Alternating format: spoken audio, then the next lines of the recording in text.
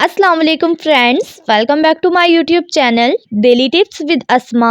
मौसीका नाम का शुमार लड़कियों के नामों में होता है। मौसीका एक इस्लामी नाम है। मौसीका नाम की इब्तदाई तारीख उर्दू ज़ुबान से निकलती है। मौसीका नाम की लड़कियों के लिए खुशकिस्मत नंबर 9 माना जाता है। मौसीका नाम की लड़कियां बहुत समझदार होती हैं। मौसीका नाम की लड़कियों के लिए खुशकिस्मत दिनों में इतवार, मंगल और जुमेरात का दिन शामिल है। मौसीका नाम का मतलब है हदीस, रवायत। मौसीका नाम के अफराद के लिए मुवाफिक पत्थरों में सब्ज़ कीमती पत्थर शामिल है। मौसीका नाम की लड़कियों में ज़्यादातर मिलनसार लड़कियां पाई जाती हैं। मौसीका नाम के अफराद के लिए मुवाफिक रंगों में सुनहरी, नारंगी और सुर्ख रंग शामिल है।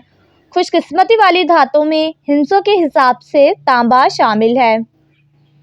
फ्रेंड्स, अगर आप अपने नाम का मतलब जानना चाहते हैं तो कमेंट बॉक्स में अपना नाम लिखें। इंशाल्लाह हम आपके नाम की वीडियो ज़रूर बनाएंगे। Thanks for watching. अल्लाह हाफिज़।